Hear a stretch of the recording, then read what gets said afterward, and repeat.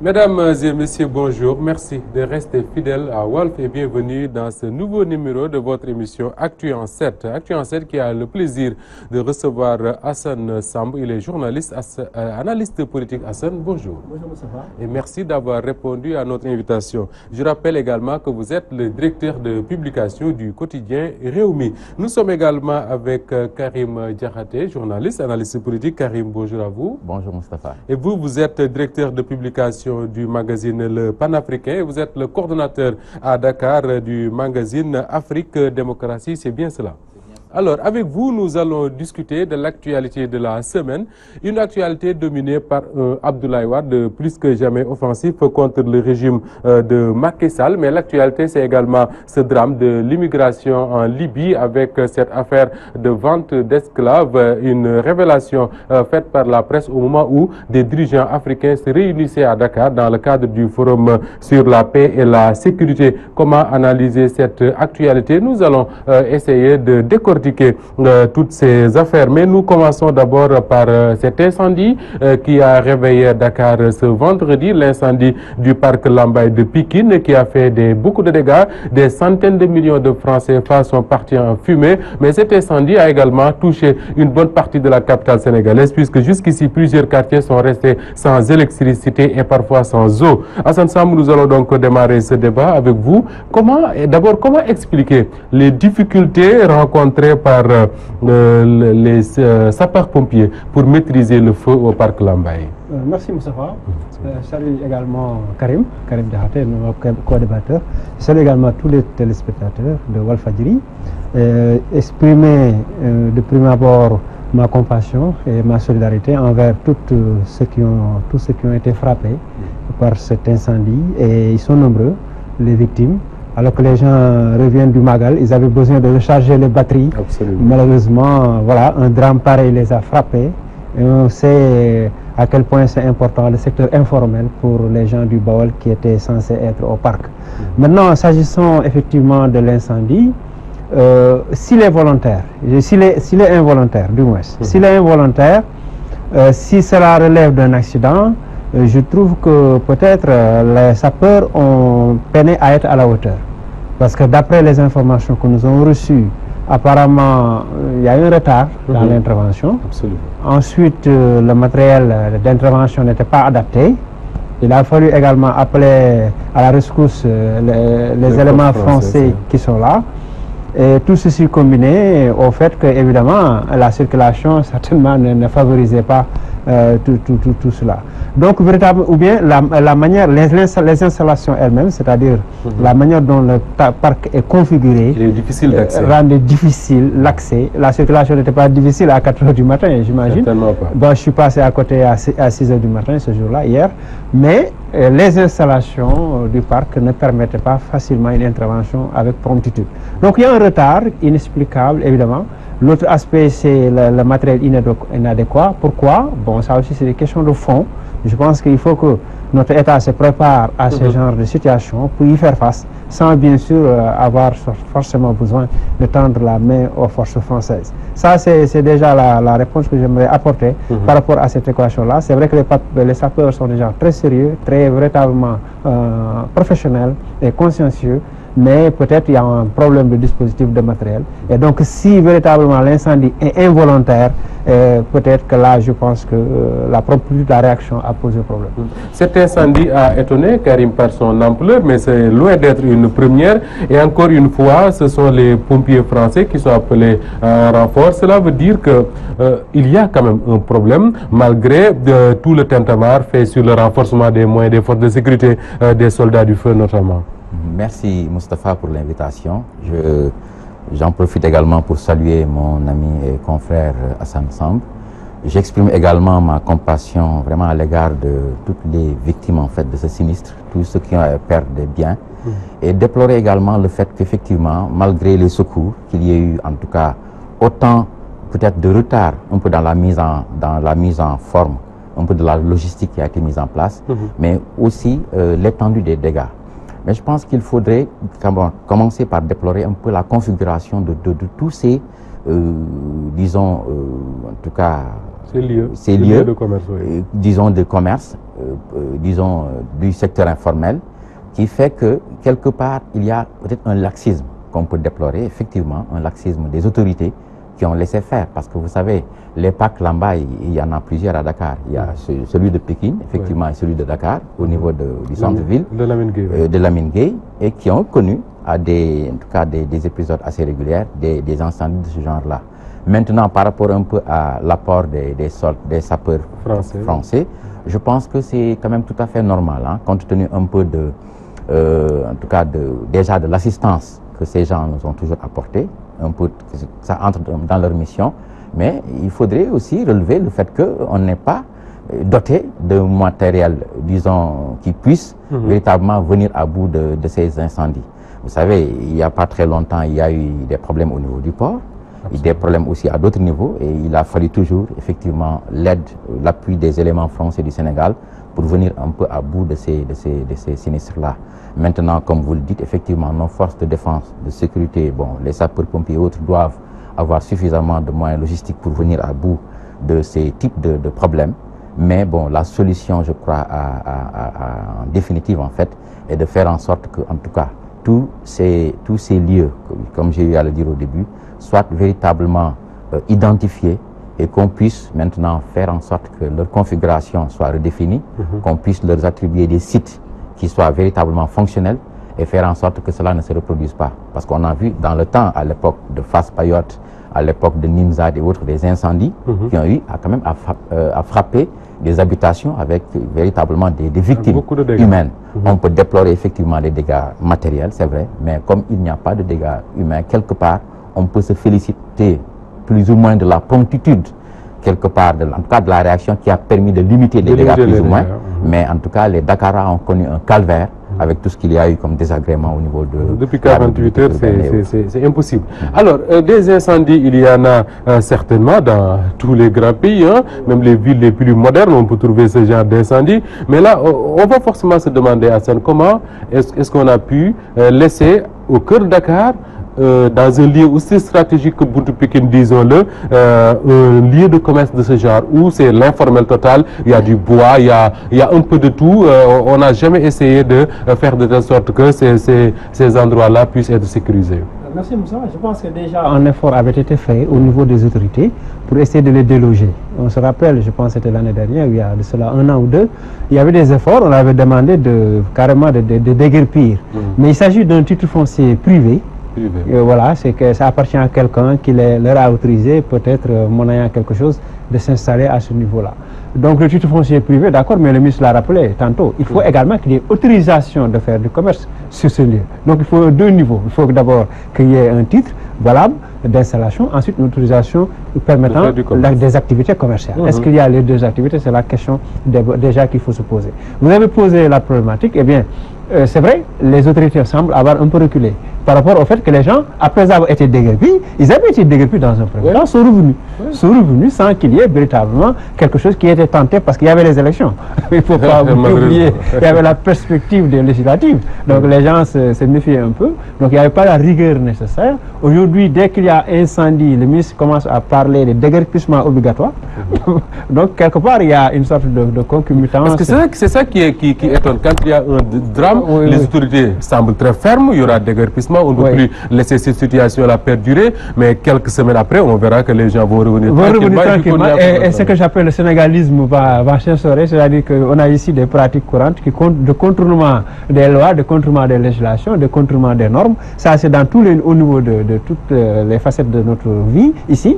C'est vrai que la direction de la protection civile aurait dû être dotée des moyens nécessaires au contrôle, à la régulation de tout ça pour éviter, pour éviter qu'il y ait ce genre de drame, en posant des actes de prévention assez importants. Mais la direction, elle est ce qu'elle est. Il n'y en a pas forcément les moyens qu'il faut, ni le personnel humain qu'il faut. Les actions menées sont un peu bloquées par des autorités politiques qui, en haut, essaient un peu d'arranger les choses dans le sens voulu par cette masse électorale d'individus, bien sûr, qui ne sont pas toujours en règle. Et donc, c'est ça, il y a un soubassement politique quelque part aussi qui bloque un peu la rigueur qui fait que l'État a du mal à s'imposer, à faire preuve de rigueur dans certaines situations. Alors, le parc Lambaye, on le dit, on le répète, c'est un lieu quand même particulier. Hassan l'a rappelé, c'est un titre foncier. Mais quand on regarde l'histoire de ce parc-là, la sociologie de ce parc, on verra que ce sont des gens qui viennent d'une partie bien précise du Sénégal, qui appartiennent à une communauté. Tout cela fait que c'est parfois difficile peut-être pour les autorités d'intervenir. Alors, une enquête est ouverte pour déterminer les circonstances de l'incendie. Mais avec tout ce conseil du parc, est-ce qu'on peut espérer que les responsabilités soient situées, Karim Diakhaté? Enfin, espérons-le, absolument, parce qu'il faut qu'il y ait effectivement enquête pour véritablement voir les tenants et les aboutissants de ce drame-là. Mais il est évident que quelque part, d'ailleurs le directeur général de la Sénélec a eu à le dire, il y a une occupation quand même plus ou moins anarchique, un peu du tracé, du réseau, des fils à haute tension. Cela pose problème à Dakar. Il faudrait faire en sorte que, effectivement, le laxisme dont je parlais tout à l'heure, c'était en fait ça. Faire en sorte que toutes les directives qui sont en tout cas émises par rapport un peu à cette sécurité, un peu à la sécurisation même du réseau de la Sénélec, soient suivies d'effets. Il ne faudrait pas faire des effets d'annonce et laisser faire. Il faudrait faire en sorte qu'effectivement ces gens soient, disons, cantonnés sur des sites appropriés, qu'ils puissent avoir véritablement, en tout cas, les moyens de bien faire le travail, parce que quand même, il faut le dire, le secteur informel est assez actif dans ce pays-là. Il représente beaucoup, et nos parents donc des parcs Lambaye ont, comme tout le monde, véritablement leur place dans l'économie nationale. Mais il faudrait faire en sorte qu'effectivement le travail puisse être mené dans des conditions idoines. Ce n'est pas le cas, parce que les problèmes de sécurité que cela pose pour Dakar sont à deux niveaux en fait. Il y a d'abord le réseau donc de la Sénélec, donc le réseau à haute tension qui est occupé. Cette occupation donc doit cesser. Il faudrait faire en sorte qu'effectivement qu'il ne puisse rien avoir en bas et faire aussi en sorte que quelque part, si on les amène dans d'autres sites, qu'on puisse en faire bénéficier d'autres. Parce que vous savez qu'il y a eu des ferrailleurs qui étaient de l'autre côté vers le garage des beaux maraîchers qui n'ont pas jusqu'à présent quelque part reçu un site approprié. Il y a eu des mécaniciens qui ont été déplacés de la VDN. Il faut vraiment faire en sorte que par rapport à ces problèmes fonciers, parce que c'est des problèmes fonciers en fait. Hassan parlait tout à l'heure de titres privés, donc il sera plus ou moins difficile un peu d'agir véritablement sur cette personne, mais faire en sorte qu'en tout cas ces activités soient menées dans des endroits qui y sied. Alors, au risque d'être un peu cynique, Hassan, est-ce que l'État ne tient pas là une bonne occasion quand même de mettre un peu d'ordre dans ce domaine-là? C'est ce que semble faire le ministre. Il a été clair. Cette fois-ci, voilà, on ne va plus se permettre qu'il y ait une occupation anarchique. Et puis voilà, on va prendre les mesures de dégressivissement nécessaires. Donc le ministre semble être ferme, le ministre de l'Intérieur. Je pense que l'État est dans cette dynamique-là. C'est en cela d'ailleurs que parfois je peux sembler être moi aussi un peu cynique, parfois les incendies sont suspects, ils sont à répétition. Vous vous rappeliez? Il y en a qui se disent, est-ce que c'est pas un incendie créé pour ensuite mettre de l'ordre? Mais au moment de face, je pense que Karim parlait de face à l'époque, il y a eu combien d'incendies pour les obliger un peu à accepter d'aller à Fass-Mbao? Mais je pense que c'est un peu suspect. Bon, on a peu les preuves, on ne peut pas s'avancer sur ce terrain, mais ce qui est clair, c'est vrai, ça sera une occasion. Maintenant, il faut penser à ces pères de famille, c'est très important aussi. Il y a un aspect social qui est important, de solidarité nationale. Je pense qu'il faut faire des gestes dans le sens un tout petit peu de leur permettre de s'installer ailleurs d'abord. Et de continuer leur commerce. Mais aussi de continuer à avoir des fonds pour continuer leur commerce. Parce que c'est un drame social, c'est des pères de famille. Il ne faut pas les lancer aussi comme ça, à balancer dans la rue. Et aussi mettre des gendarmes un peu partout et les obliger à aller chez eux alors qu'ils ont des enfants à nourrir. Donc je pense que là, c'est une préoccupation essentielle. La direction de la solidarité, la délégation à la solidarité nationale peut-être devrait tout de suite elle aussi agir.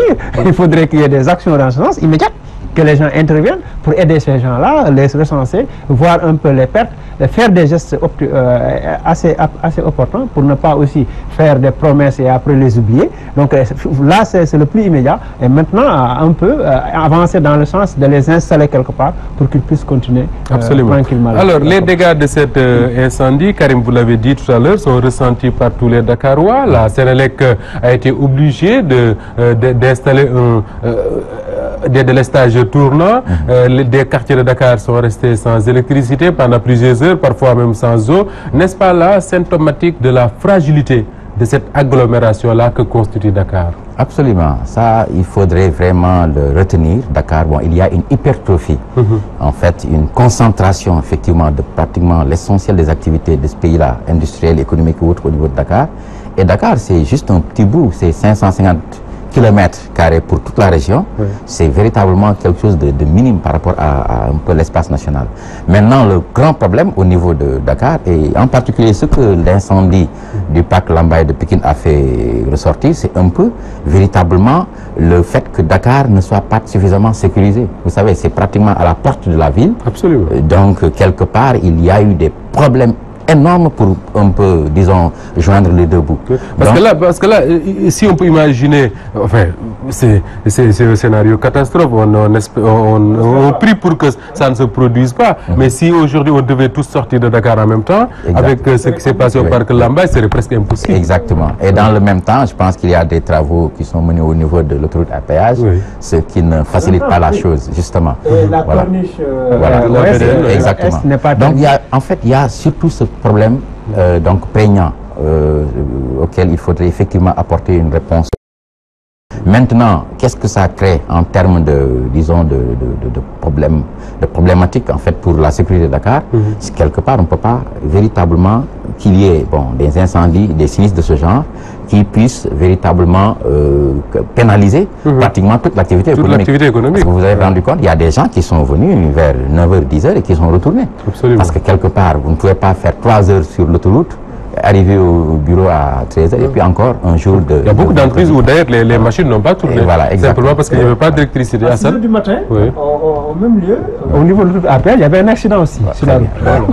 Alors, tout cela fait que finalement, est-ce qu'ils n'ont pas raison, ceux qui ont toujours proposé qu'il y ait une autre grande ville ailleurs au Sénégal plutôt que de faire Diamniadio, qui est en fait une continuité de la capitale, quoi? Oui, ça on l'a dit. Je pense qu'une fois j'avais eu à rappeler l'ouvrage d'un géographe français, Yves Lacoste, qui parlait de Paris et du désert français.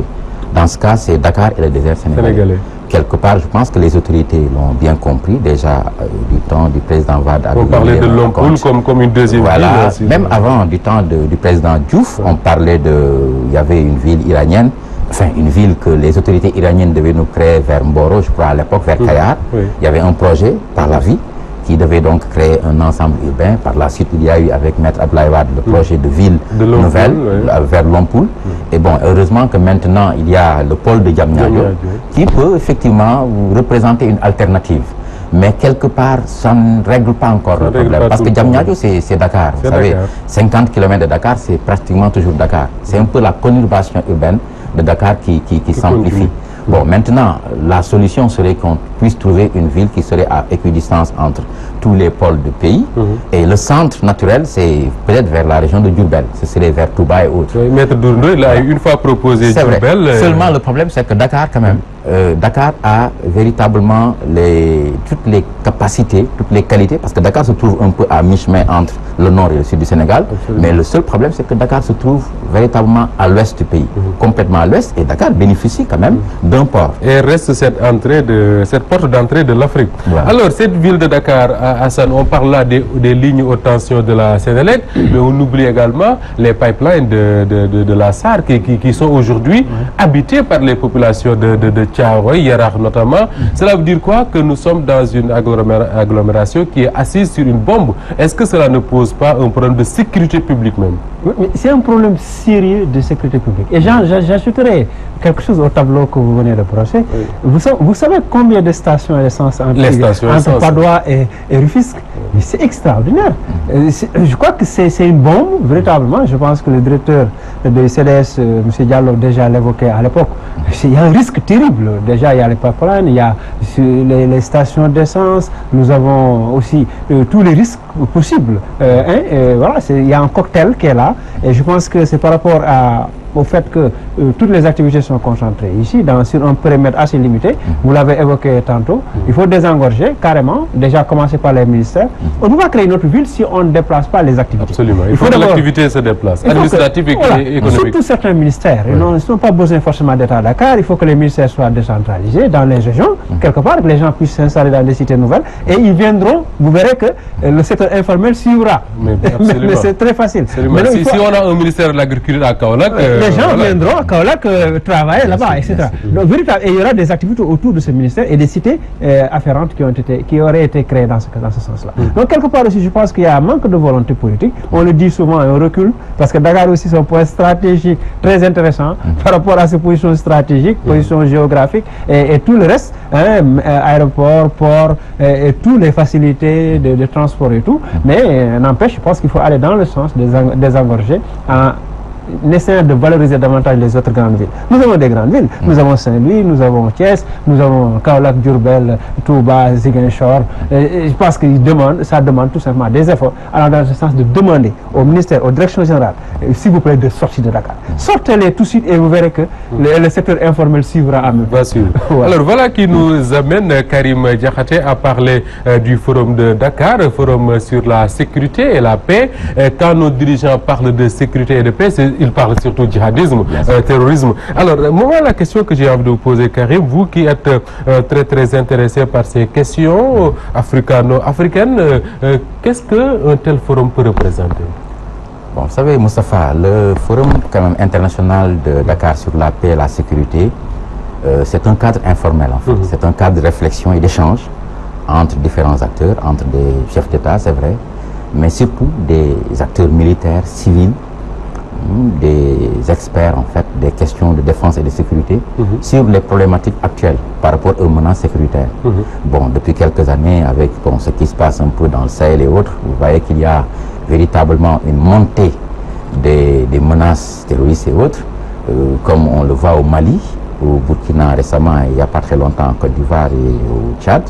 Ce qui fait que de plus en plus, il y a une interpellation. Donc en 2013 à Paris, il y a eu donc, sous l'initiative de l'ancien président Hollande, une rencontre des chefs d'État africains qui a donné ce forum. Et depuis, Dakar a organisé cette année la 4e édition de ce forum qui, quoi qu'on dise, est quand même en tout cas une rencontre de plusieurs sensibilités, de plusieurs en tout cas expertises africaines, et qui ont eu à poser véritablement les problématiques par rapport un peu par rapport aux réponses à tous ces défis sécuritaires. Et quelque part également, je pense que comme on est pratiquement dans l'œil du cyclone par rapport un peu à toutes les initiatives qu'on va peut-être voir après par rapport à l'extrémisme violent, par rapport un peu en tout cas au terrorisme, par rapport en tout cas à toutes ces menaces, je pense que quelque part, c'est une bonne chose que de rassembler en tout cas toutes les énergies pour en faire en sorte que avec la mutualisation des efforts, on puisse arriver un peu à faire en sorte que ces défis sécuritaires soient maîtrisés ou tout au moins... Mais on aura quand même remarqué à ensemble que ce forum peine à mobiliser les dirigeants africains. Je crois que pour l'édition de cette année, il y avait 2 ou 3 chefs d'État. Deux chefs d'État, ce qui a amené un de nos confrères, Abdou Karim Diarra, du Témoin, à se demander est-ce qu'il ne faudrait pas brûler le forum de Dakar. Est-ce que vous ne vous posez pas la même question, Hassan? Absolument, on peut se demander légitimement, c'est vrai, à quoi sert un peu ce forum. C'est la 4e édition. C'est vrai que c'est toujours bon de discuter dans un cadre, mais voyez-vous, je serais heureux que les chefs d'État se mobilisent pour cela et qu'ils répondent à l'appel de Dakar, ce qu'ils ne font pas. Et j'avais écrit un papier, j'avais dit, si c'est Trump qui avait convoqué pour la sécurité au Sahel, si c'est Macron qui avait convoqué pour la sécurité au Sahel, tu verrais tous les chefs d'État se mobiliser, alors quand même à Paris il fait actuellement un froid glacial. Et ça les dérangerait. Mais c'est parce que l'initiative est Écoutez le Sahel pour le froid glacial. Pour le froid glacial là-bas, moi je supporte pas le froid. Donc véritablement, c'est parce que c'est à l'initiative d'un État du Sahel que quelque part aussi les gens sont réticents parfois pour des questions de leadership sous-régional. On le sait un peu, avec Tchad, c'est vrai que le premier forum, Déby était là parce qu'il y avait Cheikh Tidiane Gadio, c'était bon. Mais depuis lors, il n'est plus venu. Et tous les présidents de la Mauritanie, tout le monde à boycotté. Bon, véritablement, c'est ça, d'abord ça, la première limite. La seconde limite, c'est lié à la nature. J'ai vu des diplomates critiquer un peu la forme. Voilà, côté informel, les idées balancées comme ça. Véritablement, les gens ne voient pas un peu l'efficacité par rapport à la lutte sur ces problématiques-là. Et souvent, on se concentre trop sur le djihadisme. Or, en Afrique, c'est les trafics de tout genre, c'est la circulation des armes légères. Il y a un problème d'insécurité lié également à la criminalité. Et dans beaucoup d'États où il n'y a pas forcément une rigueur, comme en Guinée-Bissau, dans des États, on parle d'États narcotrafiquants.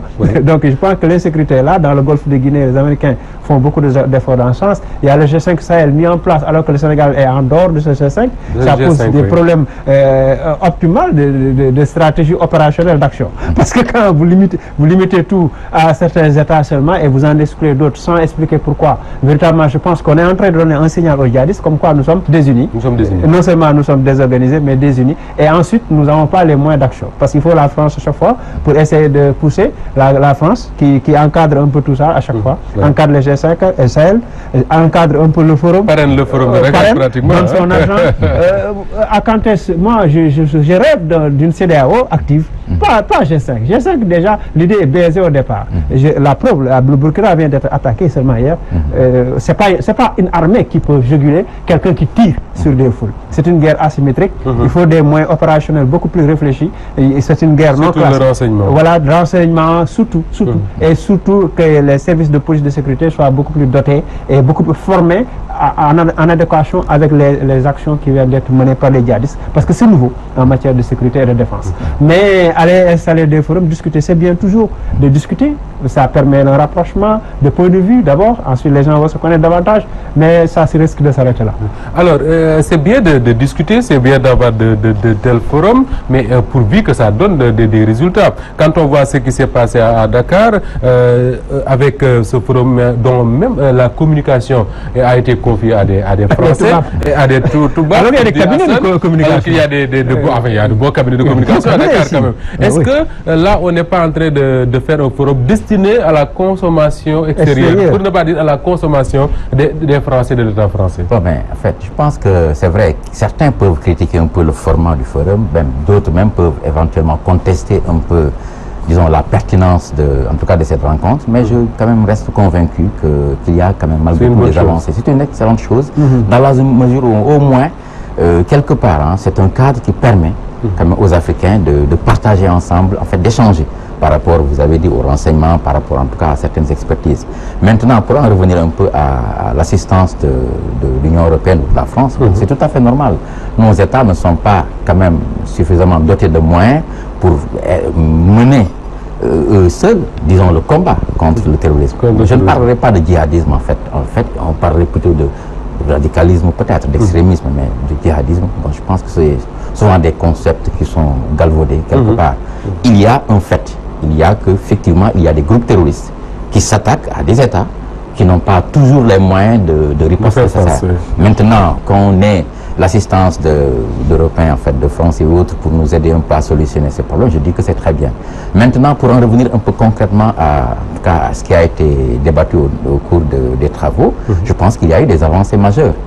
Quelque part, au début, déjà, il y avait un peu de mal à voir comment le forum pourrait éventuellement se mettre en place par rapport aux autres initiatives de l'Union africaine déjà. Déjà au début, tout au début, Ismaël Chergui, qui est disons, le commissaire à la paix et à la sécurité de l'Union africaine, était plus ou moins sceptique par rapport un peu au déroulement des travaux et autres. Mais finalement, il a compris que le forum ne pouvait pas être quelque chose qui irait, disons, battre en brèche les initiatives déjà menées. Alors, la question que je me pose, Karim, c'est que est-ce qu'au sortir de ce forum-là, on peut avoir du genre la déclaration de Dakar qui dit, par exemple, que face au terrorisme, les États vont mobiliser tel moyen matériel, tel moyen militaire, tel moyen financier, parce que le G5 Sahel, qu'on le veut ou non, Hassan dit qu'il ne veut pas du G5, mais c'est ce qu'ils ont fait. Le G5 Sahel, il y a un plan de travail avec un timing bien précis, les financements qu'ils veulent, même s'ils peinent à l'avoir. Oui, je rappelais que le forum de Dakar, en fait, est un cadre informel. Donc, il n'y a pas de résolution contraignante qui pousserait tel État ou tel autre à prendre tel ou tel. Je vous suis parfaitement. C'est évident. Maintenant, pour le cas du G5 Sahel, que j'ai suivi, en fait, depuis le début, dont je suis les activités, le G5 Sahel, dès le début, avait posé les problématiques, en tout cas, des réponses qu'il devrait apporter à toutes ces menaces-là. Oui. Au début, ils n'étaient pas tellement suivis, mais les pays, dans leur, disons, union, ont pu mettre en place des cadres qui leur ont permis quand même d'être plus ou moins soutenus par la France, c'est vrai, et l'Union européenne, quelque part. Récemment, ils ont eu le soutien, bon, des Nations Unies. Des États-Unis surtout, en fait. Bon, en fait, ils veulent le soutien, disons, des Nations Unies par rapport un peu à l'opérationnalité et autres. Oui. Mais bon, déjà, c'est quelque chose de bien. Maintenant, pour en revenir au cadre, au Forum de Dakar, je me dis qu'en fait, toutes les expertises qui sont venues ont pu échanger. Et le problème, c'est que pour le dernier Forum de Dakar, il y a eu, j'ai parlé d'avancées, on a pu identifier, ça a été fait depuis, comment il fallait apporter les réponses. On a parlé d'éducation, de formation des jeunes, faire en sorte qu'en fait, on puisse mettre des actions de développement. D'ailleurs, le président Macky Sall l'a rappelé dans son discours. À la fin, bon, c'est vrai, certains ont pensé qu'il faisait un peu de la politique quand il a parlé de PUDC, quand il a parlé de, disons, des trucs économiques au niveau des zones frontalières et autres. Donc, pour dire qu'en fait, il y a effectivement des initiatives qui sont bonnes.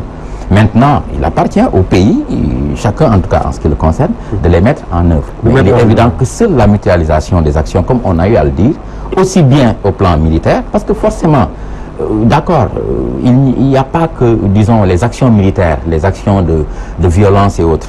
Il faudrait effectivement une pédagogie, il faudrait effectivement une conscientisation des masses. Mais il faudrait d'abord, dans un premier temps, faire en sorte que de gagner un espace qui puisse faire en sorte que les populations, par la suite, puissent être conditionnées, puissent être aidées pour leur développement et faire en sorte que maintenant, on puisse régler plus ou moins, en tout cas, les problèmes, disons, apparents de développement. On a parlé d'injustice sociale et autres. Bon, le président Macky Sall avait évoqué les bourses familiales. Bon, je ne sais pas si cet exemple peut faire tache d'huile dans les autres pays, mais il est évident que c'est la formation et c'est l'éducation des jeunes surtout qui ferait en sorte que quelque part on puisse véritablement pouvoir lutter contre le terrorisme. Bonne transition, Karim. Vous nous permettez là de parler de ce drame qui est forcément lié à ce dont on débattait à Dakar. C'est le drame de l'esclavage en Libye. On est parti de l'immigration, de jeunes Africains, surtout de l'Afrique noire, du Sahel, ont quitté leur pays pour tenter d'aller en Europe en passant par la Libye. Ce qu'on a vu finalement, c'est que c'est plus que de la désillusion, c'est des drames qui se produisent dans ce pays. Alors, on a reproché à Macky Sall et à ses invités de n'avoir pas évoqué ce problème pendant le Forum de Dakar. Est-ce qu'on peut leur faire un tel reproche?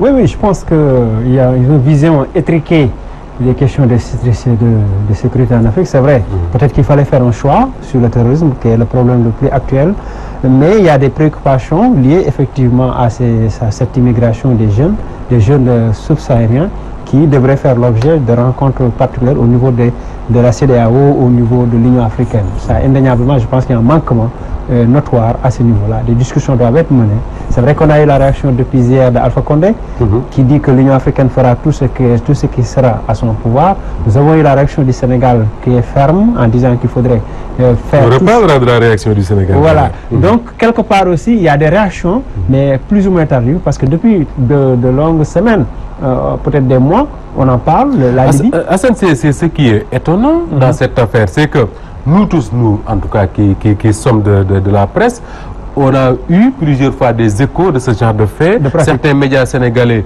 l'ont d'ailleurs écrit. Des Sénégalais revenus de Libye ont raconté leur calvaire. On n'a pas eu de telles réactions. Il a fallu qu'un média occidental, le CNN en parle pour que tous nos gouvernements sortent de leur mutisme. Parce que c'est dramatique. Vous savez, ils ont pu faire des enquêtes. Ils ont fait leur travail, ils ont fait une enquête et ils ont montré la face hideuse de ces pratiques-là. Et ça a choqué tout le monde. Alpha Bondi déjà qui a fait une vidéo pour demander qu'on assiège les ambassades libyennes, véritablement. Donc, je pense que ce qui a un peu poussé les gens à réagir de cette sorte, c'est peut-être le reportage qui a été fait sur la base d'enquête et qui a montré qu'effectivement qu'il y a une traite d'êtres humains, voilà, de vente d'esclaves, si vous voulez, des individus qui sont vendus. Voilà. Et donc, je pense qu'aujourd'hui, il faut réagir immédiatement. La Libye n'est pas un État organisé aujourd'hui. C'est des groupes armés, des milices qui contrôlent des zones très précises. Mais si l'Union européenne, par le biais de l'Italie, réussit quand même à négocier avec ces groupes terroristes, au point pour essayer de contenir la vague d'immigrés vers l'Europe, je pense qu'il est possible également de la part de l'Union européenne d'essayer de pousser ces groupes-là à respecter les droits de l'homme. Donc ce que je veux dire par là, c'est que quelque part il y a un manquement au niveau de l'Union européenne, et le commissaire des Nations Unies s'est offusqué, a indexé l'Union européenne par rapport à sa responsabilité sur cette question-là. Je pense qu'elle est claire, il faut poser, parce qu'il y aura un sommet Union européenne-Afrique entre 29 et 30 novembre. Ce sera l'occasion de poser cette question-là pour que l'Union européenne retire immédiatement son soutien en échange bien sûr de rapports civilisés entre les Libyens et les immigrés qui veulent passer par ce territoire-là. Parce qu'il y a des manquements graves et l'Union africaine, ni la CEDEAO ne doivent aujourd'hui continuer à croiser les bras. C'est pas possible. Hassan Samb, directeur de publication du journal Réumi Quotidien. Alors Hassan, vous nous disiez tout à l'heure que l'Union africaine a réagi par la voix de son président en exercice Alpha Condé. Dakar a également protesté et réclamé que la lumière soit faite sur cette affaire. Peut-être, Karim, que le gouvernement sénégalais oublie un peu qu'il n'y a pratiquement plus d'État en Libye. Absolument, absolument. En fait, c'est plutôt une zone de non-droit. Je pense que le drame libyen nous rappelle en fait les propos tenus par le président tchadien Idriss Déby lors du premier forum de Dakar en 2014, quand il disait que les Occidentaux avaient liquidé Kadhafi, mais ils avaient oublié d'assurer le service après-vente. Voilà, en disant qu'ils avaient effectivement oublié d'assurer le service après-vente. C'est fondamental, parce qu'en fait, tout ce qu'ils cherchaient, c'était liquider Kadhafi. Ils l'ont fait par la suite. Maintenant, il y a eu véritablement une situation qui s'est complexifiée. Des groupes venus de nulle part, des milices et autres, qui se battent. Véritablement, c'était devenu une zone effectivement de non-droit, où les gens se permettent n'importe quoi, des arsenaux militaires qui disparaissent comme ça dans le désert, des groupes armés laissés à eux-mêmes, et d'ailleurs c'est ce qui a contribué un peu à la situation au niveau du Sahel, qui est devenu véritablement... Le Nord Mali complètement déstabilisé. Effectivement. Maintenant, par rapport à la réaction sénégalaise, je trouve que c'est tout à fait normal, parce que quelque part, il y a effectivement un gouvernement libyen. Mais à côté de ce gouvernement libyen, on a parlé de gouvernement à Benghazi, à Sirte, en fait, à Tripoli et autres. Mais le problème, c'est que ces groupes terroristes, c'est un peu une criminelle, disons, une mafia internationale. C'est des gens, en fait, qui ont des relais en Europe, en Afrique et dans les pays du Golfe, et qui organisent ces trafics-là. Parce que vous savez, depuis très longtemps, on a identifié les types de trafics qui se passent au niveau du Sahel. On a parlé de trafic de drogue, on a parlé de contrebande, mais on a parlé de trafic humain. Ça, c'est connu. On sait qu'en fait, les migrants, quelque part, ils font l'objet d'échanges. Il y a un groupe qui attrape donc des dizaines de migrants. On vous demande de sortir l'argent. Si vous n'en avez pas, ils vous font appeler chez vous, directement chez vous, au Sénégal, en Guinée ou au Mali, et vous réclamez des sommes, des montants qui vont entre 150 000 et 500 000 francs aux parents pour qu'ils puissent vous libérer. Maintenant, il arrive à un moment où un groupe veut se débarrasser, en tout cas, des migrants qu'il a, mais il les revend à d'autres.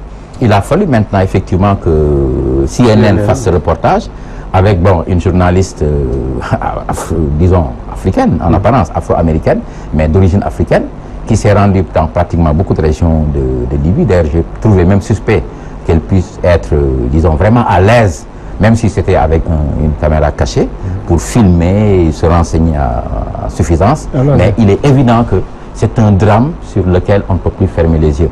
Bon, maintenant que le président en exercice de l'Union africaine, le président Alpha Condé, effectivement dit qu'ils vont faire, disons, certaines actions, il est évident qu'il faudra faire en sorte que, quelque part, avec le gouvernement libyen de Tripoli, et avec les milices, les groupes identifiés, parce qu'en fait, c'est des groupes identifiés avec des chefs et autres.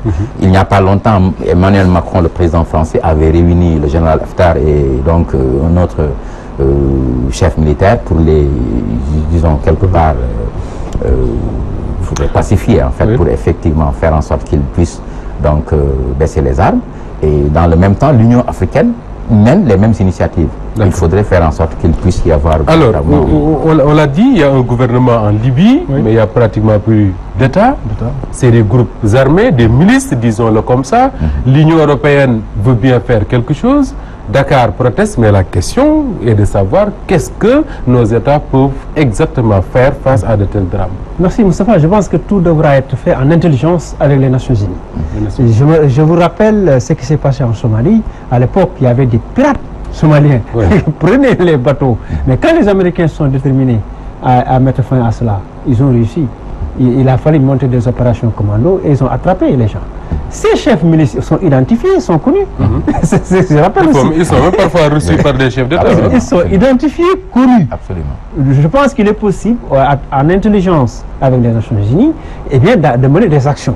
D'abord, au niveau politique, au niveau diplomatique, discuter, essayer de trouver des voies pacifiques. Si cela échoue, essayer de mener des troupes en place et essayer d'installer des troupes de nature à sécuriser un peu la zone. Ça arrangerait les Libyens, d'ailleurs, dans le cadre de la réconciliation nationale, qui est des troupes des Nations Unies installées qui maintiennent la sécurité. Parce que si personne ne veut maintenir la sécurité, il faudrait bien que le Conseil de sécurité s'en charge. Je pense que le Conseil de sécurité est là pour ça. Maintenant, on est en train de prendre nos frères pour les vendre. C'est vrai qu'on les humilie partout.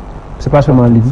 L'Arabie Saoudite, absolument. On a vu ce qui s'est passé. Je rappelle au Sénégal que la Mauritanie, il y a de cela quelques semaines, a signé un protocole de collaboration avec l'Arabie Saoudite pour la manière dont il faut traiter les travailleurs domestiques mauritaniens, d'origine mauritanienne. Pourquoi le Sénégal ne ferait pas pareil? Le document est disponible sur l'Internet. Le Qatar a été obligé par la FIFA, je crois, à un salaire minimum à payer aux travailleurs étrangers qui sont là-bas. Je pense qu'il est possible de maîtriser ces groupes, aussi bien les groupes libyens que même le comportement de certains individus qui croient que, bien sûr, ils sont supérieurs aux autres.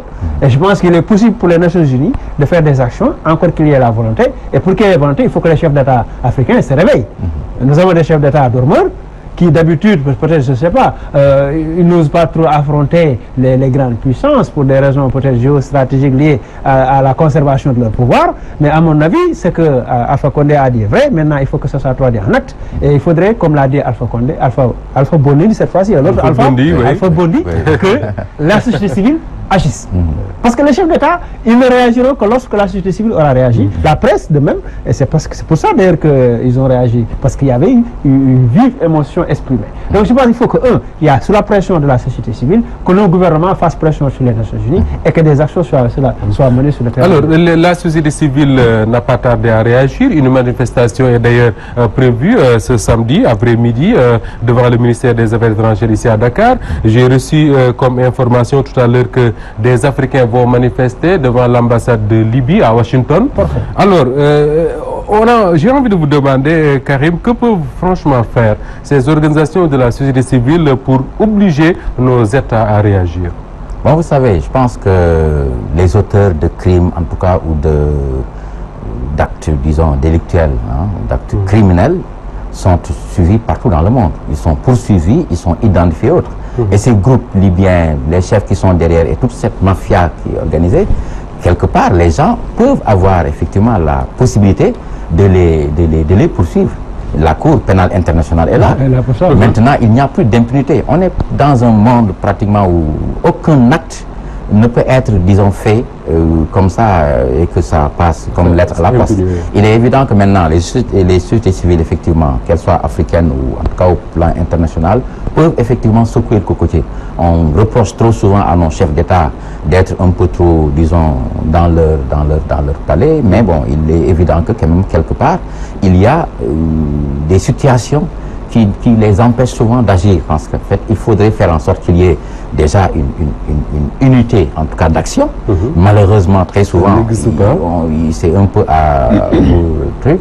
Et il n'est pas évident qu'ils puissent véritablement agir par rapport à cela. Maintenant que les gens puissent faire des actions au niveau des Nations Unies, au niveau en tout cas des organisations internationales reconnues et autres, peut effectivement faire pencher la balance. Mais il est évident que au niveau de l'Union africaine, déjà, on doit pouvoir mettre en place en tout cas des choses qui puissent aller dans le sens de véritablement faire en sorte que ces groupes identifiés déjà puissent accepter, non, puissent véritablement arrêter. C'est plus au droit international. Parce que quelque part, il y a une violation effectivement des droits, même des droits de l'homme et autres, mais pire, il y a véritablement une insulte même à la dignité humaine. Mais on reproche également à l'Union européenne de laisser faire ces groupes-là, justement, parce que ce sont ces groupes qui permettent un peu de contenir la vague d'immigration vers l'Europe. Je ne dirais pas effectivement le contraire, parce que quelque part, le président Emmanuel Macron de la France a envisagé de faire une tournée, en fait, et il va venir à Ouagadougou pour s'entretenir avec les chefs d'État africains par rapport en tout cas aux problèmes qui sont entre la France et nos pays. Mais il est évident que les problèmes migratoires vont en tout cas être parmi les questions essentielles qui seront débattues. Et de ce point de vue-là, je pense que la position de l'Union européenne, en tout cas la position de la France, elle est connue. Ils vont faire en sorte qu'il y ait quelque part un verrou, on l'a dit quelque part, qui puisse empêcher nos migrants d'accéder à la Méditerranée. Parce que véritablement, eux, ils considèrent que quelque part, c'est cet afflux de migrants qui représente un danger. Juste ajouter, de lancer un appel aux jeunes qui restent chez eux. C'est mieux que de devenir esclave. Non, c'est vraiment, il faut, c'est le cas de dire. Mieux vaut être chômeur à Dakar qu'esclave en Libye. Moi, j'ai été immigré, j'étais en Italie, tout ça. Mais je sais ce que ça signifie, tout ça. Donc il faut apprendre à rester chez soi. C'est important. Il y a beaucoup d'arnaques autour de ces histoires d'immigrés. Même les gens qui partent à partir d'ici en avion payent 4 millions maintenant. 4 millions pour partir. Et c'est trop, quand vous avez 4 millions, vous pouvez investir, travailler. Je pense qu'il faut qu'il apprenne. Absolument. Je rappelle à ceux qui nous suivent, notamment à travers les ondes de Walf FM, que c'est l'émission Actu en 7 et que nous recevons ce samedi Karim Diakhaté, directeur de publication du magazine Le Panafricain, et Hassan Samb, directeur de publication du quotidien Réumi. On va terminer ce débat en parlant d'actualité politique nationale, Hassan, avec Abdoulaye Wade, l'ancien chef de l'État du Sénégal. Il était d'ailleurs jeudi dans nos locaux où il a évoqué sa mort. Il parle de beaucoup de choses, Abdoulaye Wade, même s'il a dit qu'il évite de parler politique et qu'il donne rendez-vous aux journalistes très prochainement pour évoquer les questions politiques. Mais il l'avait fait avant.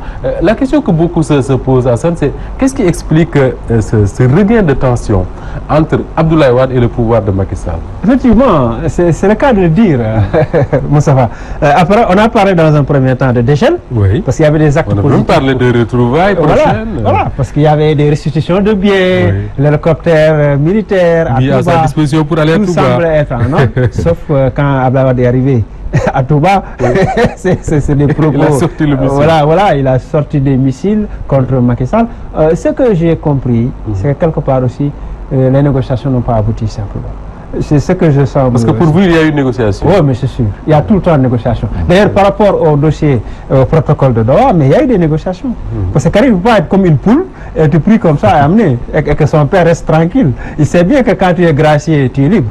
Pourquoi il part à Qatar? Donc, quelque part, il y a eu des discussions. Donc, je dis qu'il y a des discussions, peut-être pas directes, ça peut être par personne interposée, des discussions indirectes, mais il y a toujours des discussions. Quelque part, donc, certainement, Macky n'a pas certainement... Parce que vous parlez de discussions parfois indirectes, il y a quelque chose qui a un peu étonné, c'est qu'Abdoulaye Wade a dit que Maître Madické Niang lui aurait dit que Macky Sall n'attend que son feu vert pour donner son nom à l'aéroport de Ndiassou. Pour vous dire qu'à chaque fois, il y a des intermédiaires comme ça, les gens envoient, font des messages et il y a des débats. Voilà, et sous le dos, bien sûr, des Sénégalais. Quelque part, si un homme on ose exiler un homme en 2017 alors qu'il est gracié, en violation de nos lois les plus élémentaires, c'est qu'il y a quelque part aussi complicité des victimes, des gens qui sont exilés. Donc quelque part aussi, je pense qu'il y a toujours débat.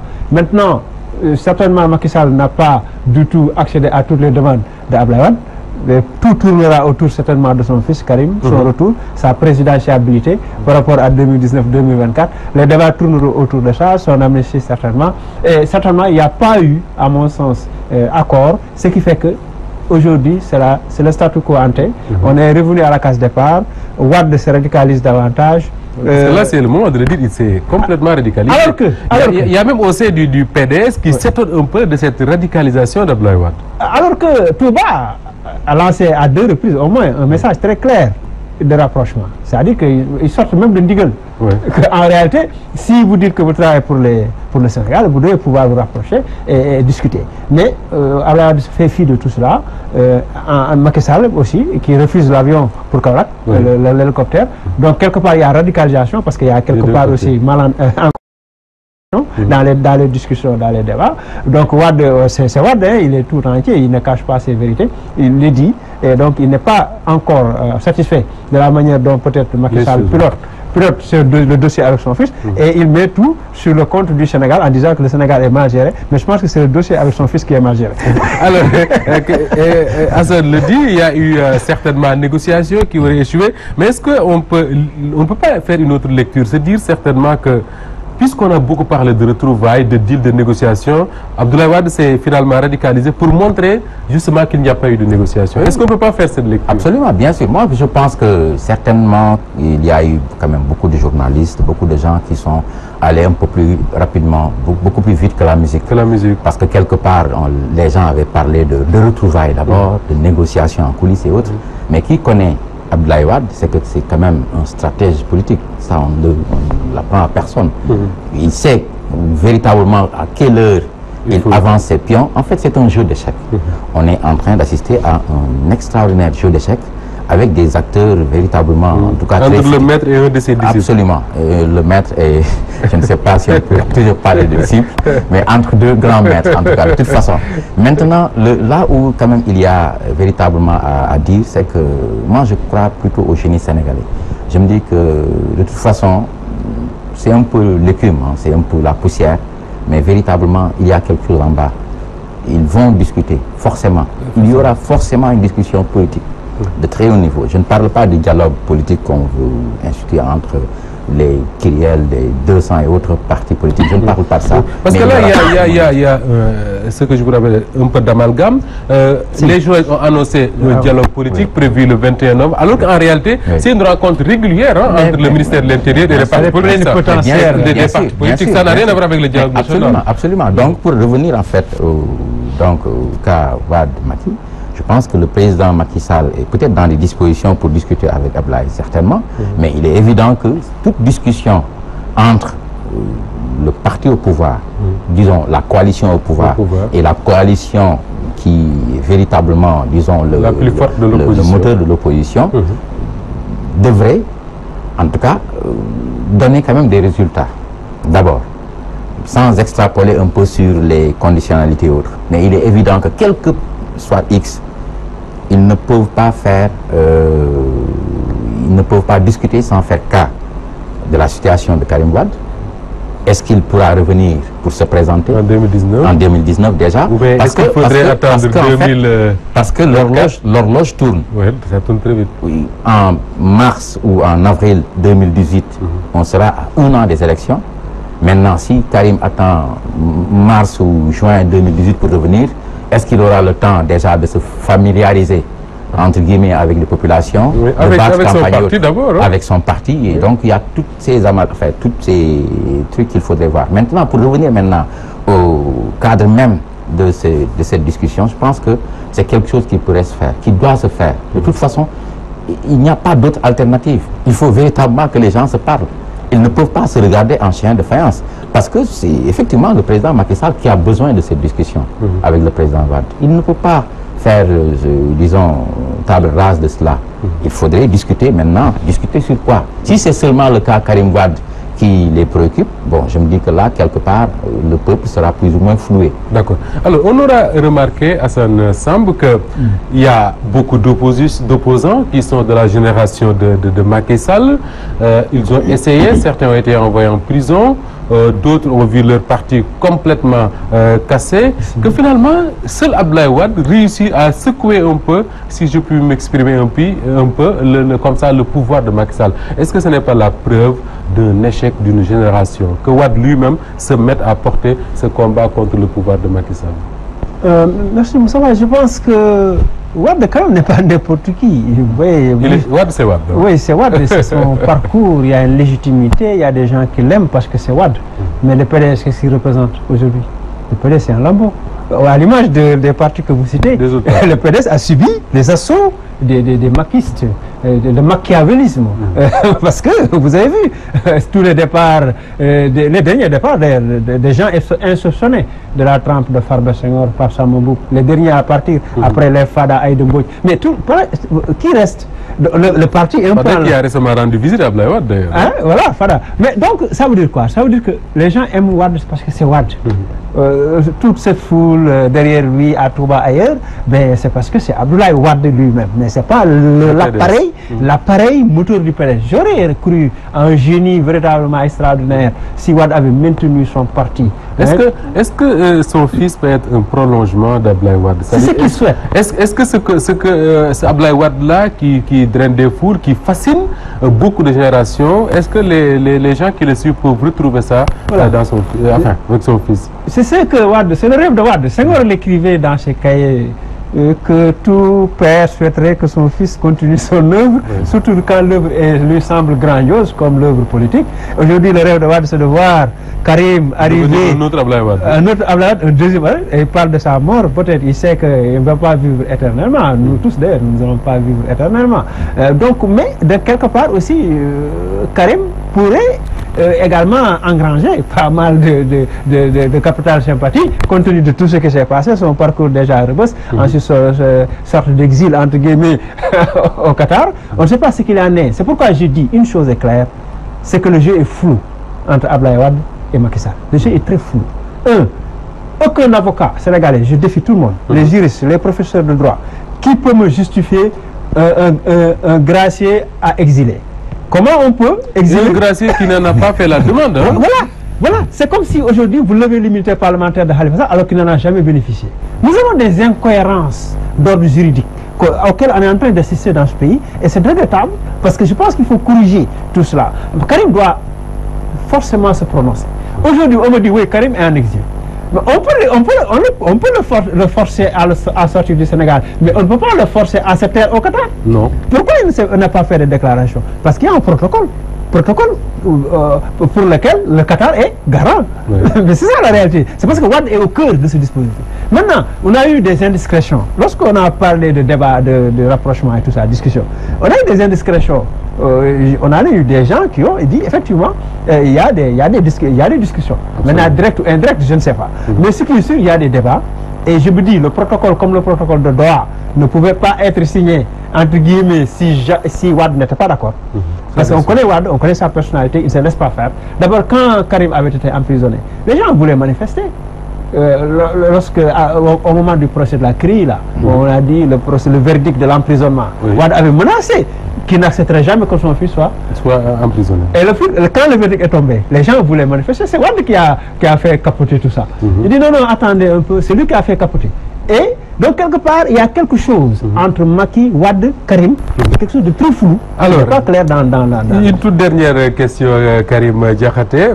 Wade a dit ici à Walfadjri que, il pense à la mort, il évoque sa mort comme ça. Mais est-ce que son dernier chantier, justement, ce n'est pas travailler pour son fils, d'abord s'assurer qu'il soit candidat aux prochaines présidentielles, mais également faire la purge au sein de son parti, le PDS, et puis faire partie de tout ce qui pourrait gérer son fils. Il essaie que des gens qui lui serviraient peut-être de parrain, ses tontons un peu, et puis les jeunes de sa génération, parce que quand vous regardez aujourd'hui les cadres du PDS, l'essentiel c'est des jeunes qui sont de la génération de Karim Wade.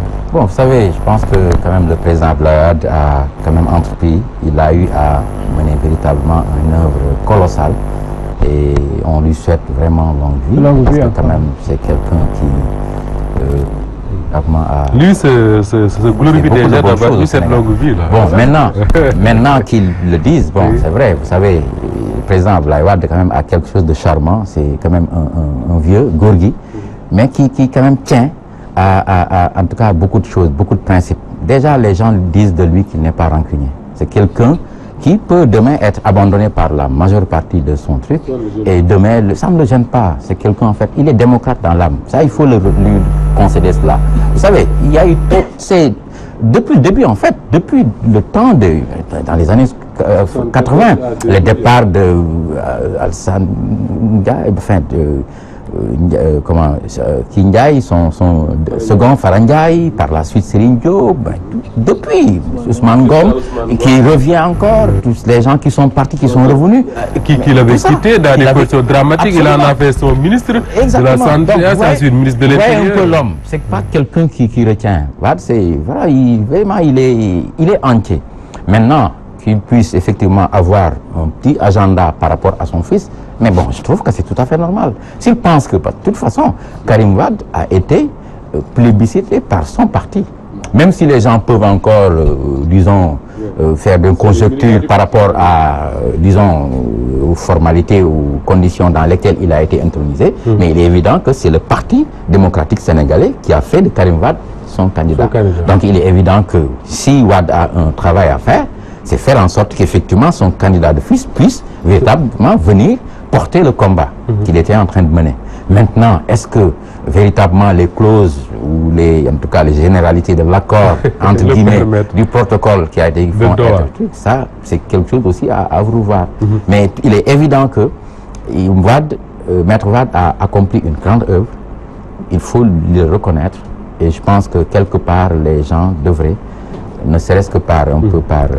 En tout cas, grand merci à vous, Karim Diakhaté. Je rappelle que vous êtes le directeur de publication du Panafricain et coordinateur à Dakar du magazine Afrique Démocratie, et que vous étiez avec Hassan Samb, directeur de publication de Rewmi Quotidien, les invités de ce numéro d'Actu en 7. Merci à vous, Hassan. Ça a été un plaisir de vous recevoir sur ce plateau d'Actu en 7. C'est avec le même plaisir que je voulais présenter, mesdames et messieurs. Merci à tous ceux qui m'ont accompagné dans cette émission. Modou Diouf était du côté de la partie technique. Merci à Oustaz Assane Diouf pour la coordination et bien à vous.